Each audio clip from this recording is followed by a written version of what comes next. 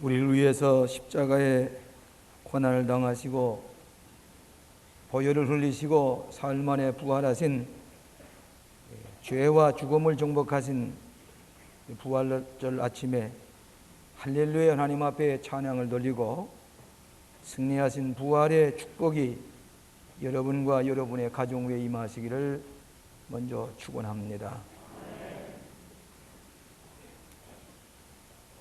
미국의 어느 가정에 장미꽃을 잘 가꾸어 키우는 그런 취미를 가진 한 가정의 남편이 있었습니다. 이분이 그 장미꽃을 가꿀 때마다 휘파람을 자꾸 불면서 어떤 때는 크게 불기도 하고 적게 불기도 하면서 그러면서 장미꽃을 가꾸는 것입니다. 이웃집에 새로 이사 온 사람이 가만 보니까 언제나 이 남편 되는 사람을 장미꽃을 가꿀 때마다 휘파람을 부는데 너무 이상해서 한 번은 물어보았습니다. 제가 이 이웃에 이사 온 사람인데 당신은 그 장미꽃을 가꾸는 취미가 있어 보이는데 늘 그렇게 즐거운 휘파람을 부르니 무슨 특별한 이유가 있습니까? 그렇게 물었습니다. 그랬더니 제 아내를 소개해 드리지요. 그리 이웃에서 온 분을 모시고 자기 아내에게로 데리고 갔습니다. 아내에게 소개해서 보니까 그 아내는 몹시 병약해 보였습니다. 가까이 가서 보니까 전혀 앞을 보지 못하는 맹인이었습니다. 소경이었습니다.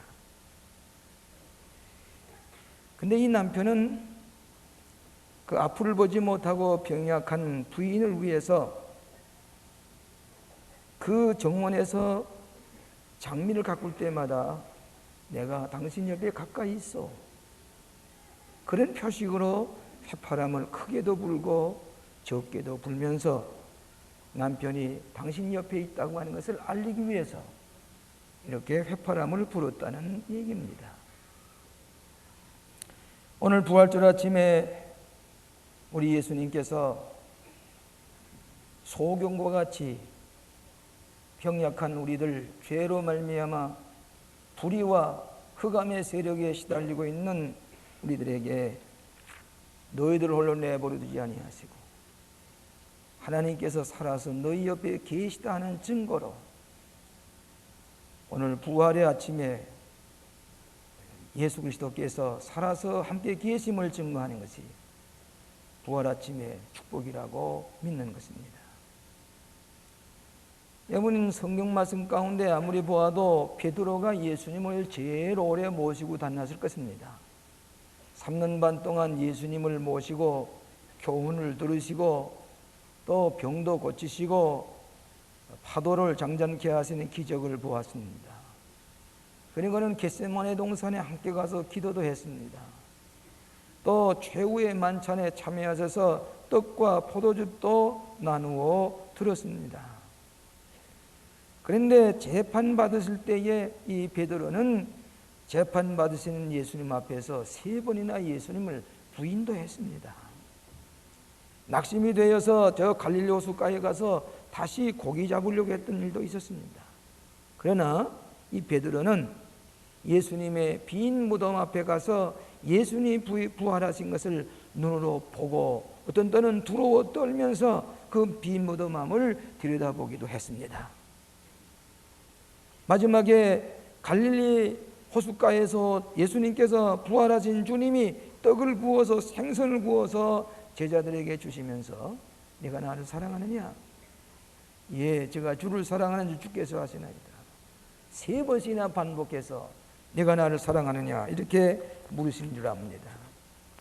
그러면 오늘 이 본문의 말씀은 부활하신 주님을 잘 아는 베드로가 쓴 편지 가운데서 하나님께서 죽은 예수를 다시 살리셔서 부활하게 하셔서 우리에게 산 소망이 되게 하셨다.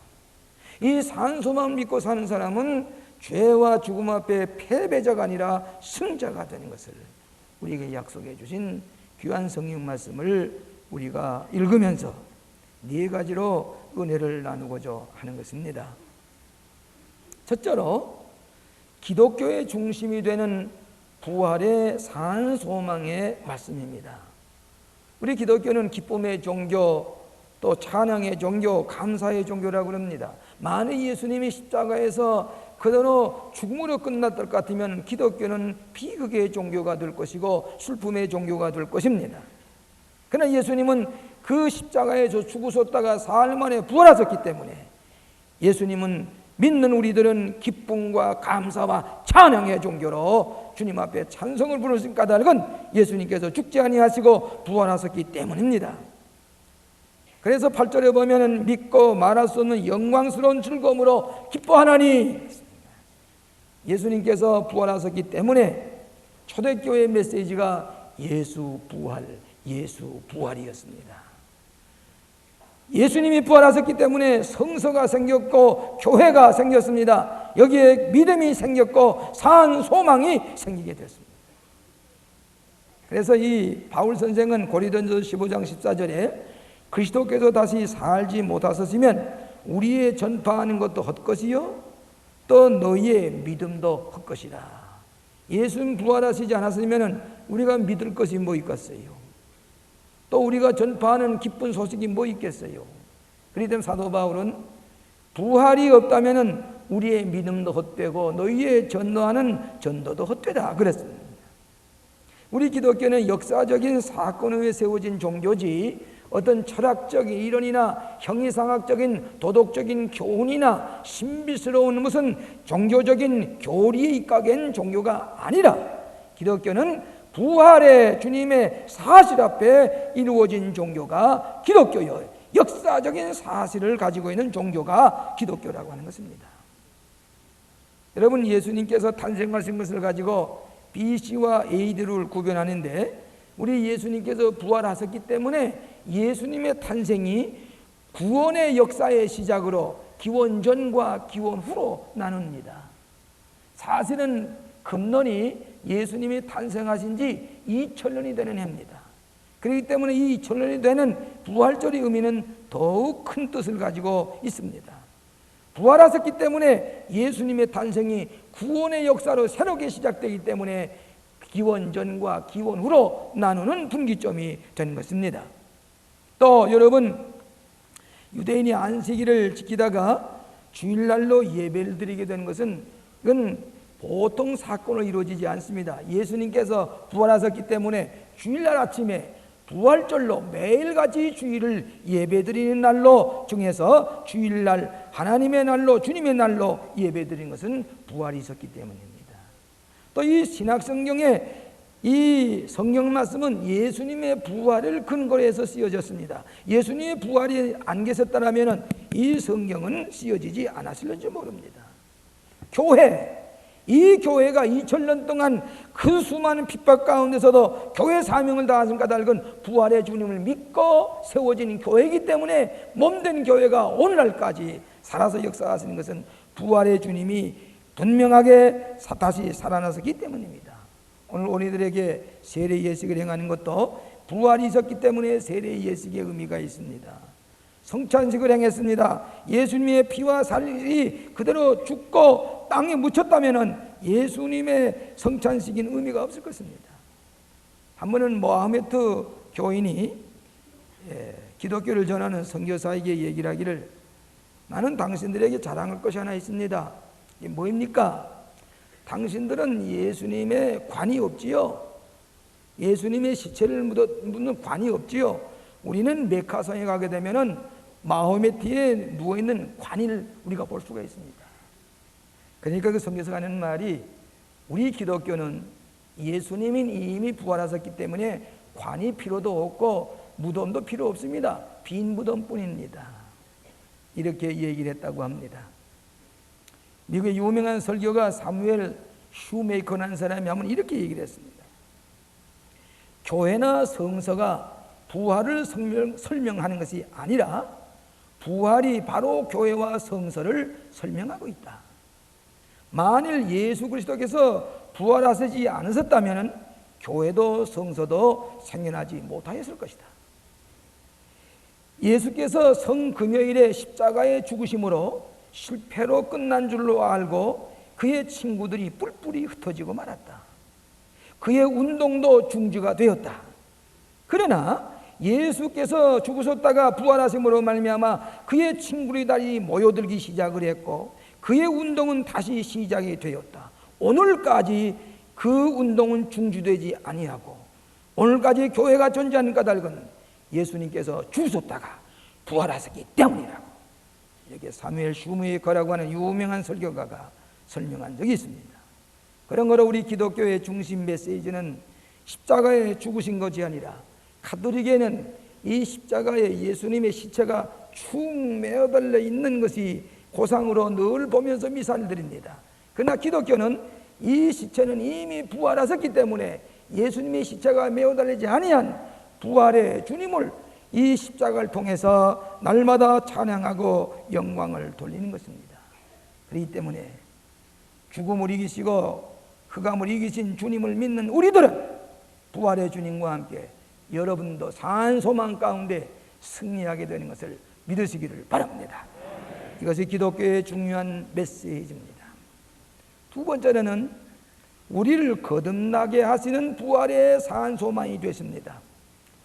여기 3절에 보니까 예수 그리스도의 죽으심 가운데서 부활하심으로 말미암아 우리를 거듭나게 하사 산 소망 있게 하시고 그랬습니다. 우리를 거듭나게 하시고 중생하게 하시는 것은 예수님이 부활하시는 산 소망 때문입니다. 예수 그리스도를 믿음으로 말미암아 부활의 산 소망 가운데서 우리가 새로이 태어나게 됩니다. 거듭나게 됩니다. 새로운 정신, 새로운 영혼, 새로운 인생관, 새로운 가치관을 가지게 됩니다. 그런 거로 새로운 피조물이 된다 그랬습니다. 우리가 거듭난 것은 부활의 주님의 산 소망 때문에 우리는 다시 새로운 인생으로 살아가게 됩니다. 이것이 부활의 산 소망이기 때문입니다. 여러분은 변화를 돼야 됩니다. 변화받기를 원합니다. 교육으로 변화되기를 원합니다. 재산을 가지고 변화되기를 원합니다. 또 무슨 명예를 가지고 변화되기를 원합니다. 그러나 온전한 인격의 변화는 좀처럼 이루어지질 않습니다. 그러나 부활의 산 소망 가운데 살아가는 사람은 온전한 인격의 변화를 가져옵니다. 정신의 변화를 가져옵니다. 도덕적인 변화를 가져옵니다. 어거스틴의 변화가 그러하고 마틴 루통의 변화가 그러하고 웨슬레의 변화가 그러하고 톨스토이의 변화가 그러하고 파스칼의 변화가 그러합니다. 저도 중생한 체험을 했습니다. 저는 6.25 동란 중에 다 죽을 자리에서 하나님이 살려주신 것은 부활의 주님의 산 소망 때문입니다. 저는 분명하게 새로운 가치관을 가지고 살아갑니다. 새로운 인생을 살아갑니다. 영원한 생명의 승리, 산 소망신 예수를 만났기 때문입니다. 그렇기 때문에 과거의 내 모든 경험과 모든 것을 다 버리고 우리는 부활의 주님을 증거하기 위해서 부활의 산 소망 가운데서 새로운 가치관과 새롭게 출발하고 살아가고 있습니다. 이것이 거듭난 겁니다. 옛날과 같이 물질 때문에 고민할 필요가 없습니다. 새로운 가치관, 부활의 주님이 살아계시기 때문에 우리가 고민할 필요가 없습니다. 우리는 주님 믿는 대로 소한 소망 가운데 살아가는 중생하고 거듭난 인생을 살아가기 때문입니다. 이것이 부활절의 산 소망의 진리입니다. 어느 가정의 부부가 행복하게 결혼을 하고 살았는데 얼마쯤 가다가 가정에 문제가 생겼습니다. 그래 목사님과 상담을 해서 해결하려고 보니까 좀처럼 해결되지 않습니다. 근데 점점 부부 사이가 멀어져서 헤어지기로 작정을 했습니다. 이혼을 하기로 했습니다. 그리고 그 부인은 가정을 떠나서 결거하기 시작을 했습니다. 그런데 이 남편이 계속해서 교회를 떠나지 아니하고 예배에 참석하고 성경 공부에 참석을 합니다. 계속해서 교회 나갑니다. 부인은 교회를 떠났습니다마는 이 남편은 믿음과 소망과 사랑을 잃어버리지 아니하고 그 교회에서 계속해서 예배를 드리고 성경 공부를 합니다. 부활절 아침이 됐습니다. 10시 15분이 됐는데 미국 사람들은 교회를 떠났다가도 부활절 아침에는 모자를 쓰고 새 옷을 단장하고 부활절 예배를 드리려고 교회에 많이 참석합니다. 그런데 이 부인이 교회를 떠났다가 부활절 아침이 되어서 그 교회를 찾아왔습니다. 찾아와서 10시 15분에 성경 공부 시간에 자기가 이 성경 공부를 하려고 반에 나려고 하니까 안내위원이 내려가십시다. 여기에 성경 공부 반에 가서 성경을 공부하십시다. 그리고 가만 보니까 그 남편이 그 자리에 있는 것을 알고 그 안내위원이 당신의 남편 됐던 사람이 지금 아래층에서 성경 공부를 하고 있습니다. 그래도 괜찮겠습니까? 예, 내려가십시다. 거기서 같이 남편을 만나질 생각은 하지를 못했습니다. 내려갔습니다. 내려가서 성경 공부를 하니까 앉을 자리가 없습니다. 꽉 찼습니다. 그러니까 안내위원이 가만히 자리를 보니까 마침 자기 남편이 앉아있는 그 옆에 의자가 하나 비었습니다. 여기도 괜찮겠습니까? 자리가 없으니까 그 안내위원을 따라서 거기 자리에 가서 앉았습니다. 앉아서 성경 공부를 다 하는데 이 남편은 그 자기 아내 되는 사람이 완전히 모르고 열심히 성경 공부를 하다가 그리고 옆을 보니까 자기와 헤어지기로 생각하고 떠나갔던 부인이 앉았습니다. 얼마나 반가운지 그 부인의 손을 꼭 잡았습니다. 그리고 하나님의 말씀을 다 끝나고 난 다음에 예배 보려고 성전에 올라갔습니다. 올라가서 같이 앉아서 예배를 듣는 간에 부활의 주님, 우리를 새롭게 출발하게 하시기 위해 세우신 새 생명이 되시고 소망이 되신 예수님, 죽었던 우리를 살려주신 예수님, 그 목사님의 설교를 듣는 순간에 헤어지기로 작정했던 내외관이 손을 꼭 붙잡고 두 눈에서 눈물이 떨어지기 시작을 했습니다. 우리는 다시 살아요. 부활의 주님과 함께 새 생명을 살기로 마음의 작정을 하고 화해했습니다. 평화로운 회복을 가지게 됐습니다. 이렇게 해서 부활의 주님과 함께 거듭나는 생활, 중생의 생활, 또 하나의 가정의 생활을 부활 아침에 이루어졌다고 하는 것입니다. 이것이 거듭나는 삶입니다. 이것이 부활 아침에 우리로 하여금 새로운 생명 가운데서 새로 시작하게 하시는 하나님의 은총인 줄로 믿습니다. 세 번째로는 썩지 않는 기업을 얻게 하시는 산 소망입니다. 이 베드로는 말씀하기를 썩지 않고 더럽히지 않고 쇠하지 아니하는 기업을 있게 하시나니 곧 너희를 위하여 하늘에 간직한 것이라. 부활의 산 소망을 가진 사람은 하늘의 시민권을 가지고 하늘에 썩지 않은 기업을 얻게 하십니다. 부활의 주님을 믿는 사람은 아브라함의 후손이 되어서 아브라함이 받았던 영육간의 축복을 기업으로 얻게 하시는 것입니다.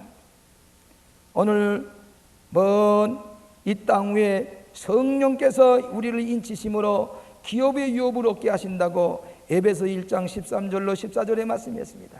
여기 너희의 구원의 복음을 듣고 그 안에서 또한 믿어 약속의 성령으로 인치심을 받았으니 이는 그리스도의 우리의 기업의 보증이 되게 하셨나니라 그랬습니다. 여러분, 한때 우리나라 사람이 미국에 가서 영주권을 받는 것을 퍽 영광으로 생각을 했습니다. 여러분, 한국 사람이 누릴 수 없는 미국의 시민권만 가지면 뭐 나중에 은퇴하면은 또 이 은퇴비도 나오고 뭐 실직자에게는 실직자 대로에 나오고 각가지 혜택이 있습니다. 시민권을 가졌기 때문입니다. 그러나 요즘 와서는 별로 그렇게 미국의 시민권을 얻으려고 애쓰는 사람 별로 없지요. 그러나 여러분, 아브라함의 후세들에는 하늘의 시민권을 가지고 썩지 아니하는 면류관을 우리에게 주신다고, 성령의 권능을 우리에게 주시고 성령의 은사로 각가지 하늘나라의 기업을, 썩지 않은 기업을, 장차 영생의 저 영원한 생명까지 우리에게 주시는 부활의 약속 산 소망을 믿으시기를 바랍니다. 저는 요즘 여러 가지 감독회장의 직임 때문에 여러 가지 고통스러운 일이 있습니다. 우리 광림교회 교인들이 저를 괴롭히는 건 전혀 아닙니다. 우리 광림교회 교인들은 신사적이어서 얼마나 은혜스러운지 알 수가 없습니다. 그런데 이 교단장의 책임을 맡고 보니까 뭐 갖가지 거짓말로 가당치도 않는 얘기로 저를 헛듣습니다. 그러나 저는 낙심하지 않습니다. 왜? 하나님의 공의, 하나님의 세력에 살아 계셔서 하나님께서 썩지 아니하시는 기업을 우리에게 허락하여 주시기 때문입니다. 영원한 생명을 우리에게 주시기 때문입니다. 낙시할 필요가 없습니다. 오늘 사랑하시는 여러분, 우리가 하늘의 기업을 이어주기 위해서 사랑의 집을 지었습니다. 저 40여 년 전에 나라를 잃어버리고 일본 땅에 가서 로스와 땅에 가서 고생하던 우리 사랑하는 사하린 동포를 모셔온 것, 하늘의 기업을 나누어 주기 위함입니다. 무신론 국가의 수도였던 모스크바에 1000평의 예배당을 지어서 로스와 사람들에게 오늘도 복음을 전하고 그를 돌보고 있는 것, 하늘에 썩지 않은 기업을 전하는 것입니다. 에스토니아에 신학교를 세우고 학교 교회를 세우고 있습니다. 오는 15일에는 일본 동경에다가 일본 국제복음신학교를 개교합니다. 제가 거기 이사장이 됩니다.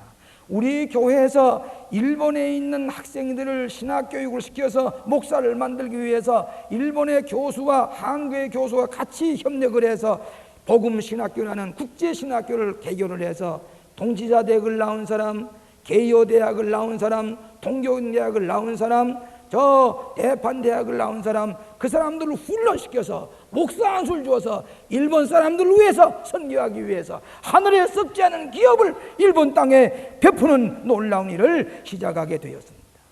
지난 주간에는 국립대학교 서울대학교 안에 병원에 왕림교회가 20억을 내고 우리 여선교회에서 바자회를 하고 지금 11억 5천만 원까지 보내면서 그 국립대학교 안에 그 정문 옆에 예배당을 높이 세워서 그 주관의 영혼들을 구원하고 이과대학생들이 쇳불로 쓰고 성경지 서울대학교 치과대학생, 보건대학생, 간호대학생들이 예배당으로 예배보게 하고 그 암에 환자 걸린 사람들이 가서 기도하게 하고 세례를 베풀고 장례식을 하고 결혼식을 하려는 하늘에 썩지 않은 멸관을 여러분의 손에 의해서 유업으로 이 땅에 남겨주시는 줄로 믿습니다. 이것이 부활의 소망이기 때문입니다. 이것이 우리 여러분에게 주신 하나님의 썩지 않은 위업을 계승하도록 우리에게 명령해 주신 줄로 압니다. 하늘의 영원한 시민권을 가진 영생의 산 소망을 우리에게 유업으로 주셨으니 낙심하지 마세요. 실망하지 마세요. 부활의 주님이 우리와 같이 계시기 때문에 우리 날마다 승리하게 되는 줄로 믿습니다. 저번에 우리 백문영 감독께서 특별 집회를 할 때에 이런 얘기를 잠깐 하신 걸 들었습니다. 자기 가까운 할아버지나 가까운 친척 가운데는 재산이 없어서 늘 그저 가난하게 어렵게 사는데 먼 할아버지 불다는 분이 부자였었는데 그가 세상을 떠나면서 유산을 남겨놓을 만한 그 계승할 만한 후손이 없어서 찾아보니까 자기에는 땅 한 평 없었는데 백문영 씨라는 백씨 때문에 그 사람에게 찾아와서 면장에 와서 찾아와요. 이 집이 백문영 씨 백씨의 댁입니까? 그렇습니다.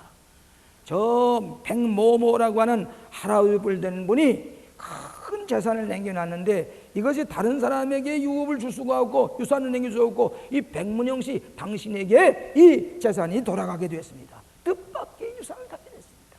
백씨이기 때문에. 오늘 여러분은 아브라함의 후손이기 때문에 믿음으로 아브라함에게 주신 유업, 썩지 않은 기업, 오늘도 여러분에게 주시는 것을 믿으시기를 바랍니다. 이것이 부활의 산 소망의 축복인 것입니다. 마지막으로 오늘의 고난을 이기게 하시는 부활의 소망이 되는 것을 아셔야 됩니다. 여기 본문 1장 6절로 7절에 보니까 그러므로 너희가 이제 여러 가지 시험을 인하여 잠깐 근심하게 되지 않을 수 없으나 오히려 크게 기뻐하도다. 너희의 믿음의 시련이 불로 연단하여도 없어질 금보다 더 귀하여 예수 그리스도에 나타났을 때에 칭찬과 영광과 존귀를 얻게 하려 왔습니다. 오늘 예수님께서 십자가에 돌아갔을 때는 거짓, 미움, 불의, 죄악의 세력이 예수님이 십자가에 못 박여 버렸습니다. 그러면 오늘 이 땅에 공의가, 진리가, 선과 생명이 있을 필요가 없습니다. 우리는 이 따위의 윤리적인 질서, 도덕적인 질서가 다 무너지고 말았을 것입니다.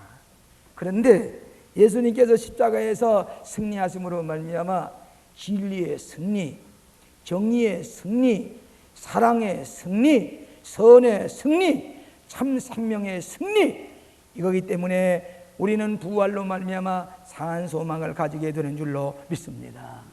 오늘 여러분에게 거짓으로 불의한 일들이, 악한 세력들이 미움을 가지고 여러분을 해치고 괴롭힌다고 할지라도 낙심하지 마시길 바랍니다. 예수님 부활하셨기 때문입니다. 여기에 산 소망이 있습니다. 여러분은 승자입니다.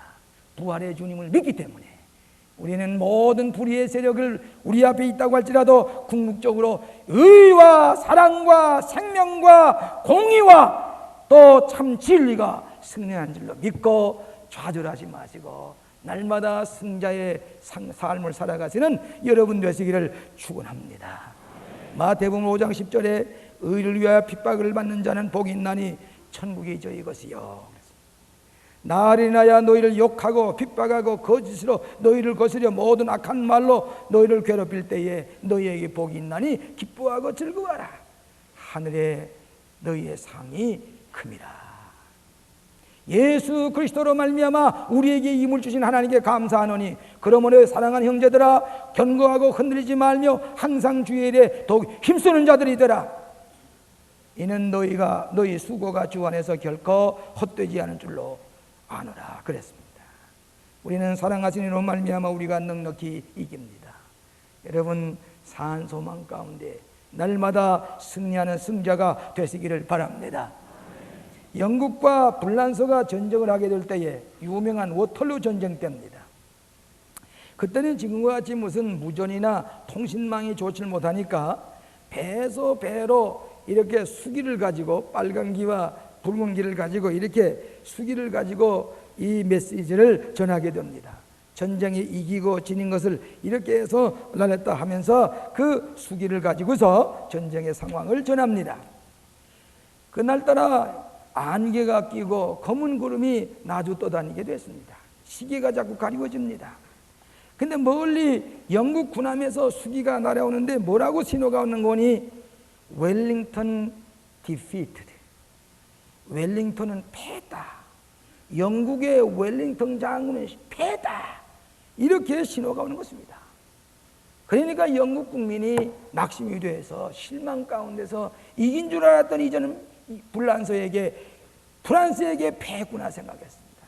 그래 모두 다 슬픔에 잠겨 있는데 얼마 후에 또 안개가 지나가고 구름이 지나가고 하는데 자세히 보니까 웰링턴 defeated the French. 웰링턴은 프랑스를 패배시켰다. 구름에 가렸던 단어가 또 하나 나타나는데 웰링턴은 프랑스를 패배시켰다 하는 신호가 분명하게 나타나게 될 때에 실패한 줄 알고 패배한 줄 알았던 영국 국민들이 환호를 올리면서 승리의 개선가를 부른 얘기를 들을 수가 있습니다. 우리의 낮은 구름들이, 우리 앞에 가려오는 안개들이 우리에게 분명한 해답을 주지 못하도록 우리의 문자를 가리우고 실패하는 것 같지만 예수 그리스도의 승리는 선의 승리, 의의 승리, 진리의 승리, 최후의 승리, 믿음의 승리를 약속하신 줄로 믿고 찬송하리로다. 우리 주 예수 그리스도의 죽은 자 가운데 부활하심으로 우리를 거듭나게 하시는 산 소망 가운데서 날마다 할렐루야로 승리하시는 여러분 되시기를 주의 이름으로 축원합니다. 기도하십시다. 우리의 죄를 대속하시기 위하여 십자가를 지시고 죽으셨다가 사흘 만에 부활하신 다시 사신 주님 앞에 저희들이 경건하게 예배를 드립니다. 우리는 실패자가 아니고 패배자가 아닙니다. 부활의 주님의 산 소망을 믿음으로 말미암아 궁극적인 승자가 된 것을 믿습니다. 산 소망 가운데 날마다 주님과 함께 부활의 승리를 하는 저희들이 되게 하여 주시옵소서. 저 북한 땅에서 이 나라를 전쟁을 도발하기 위해서 넘나다보며 포악하니라고 있는 저들의 마음이 녹아지게 하여 주시옵소서. 변화되게 하여 주시옵소서. 부활의 주님의 그 소망 가운데서 사랑으로 화합하는 날이 속히 오게 하여 주시옵소서. 주님께서 우리로 하여금 부활의 주님과 함께 승리하게 하심을 믿사오고 예수님 이름으로 기도하옵나이다. 아멘.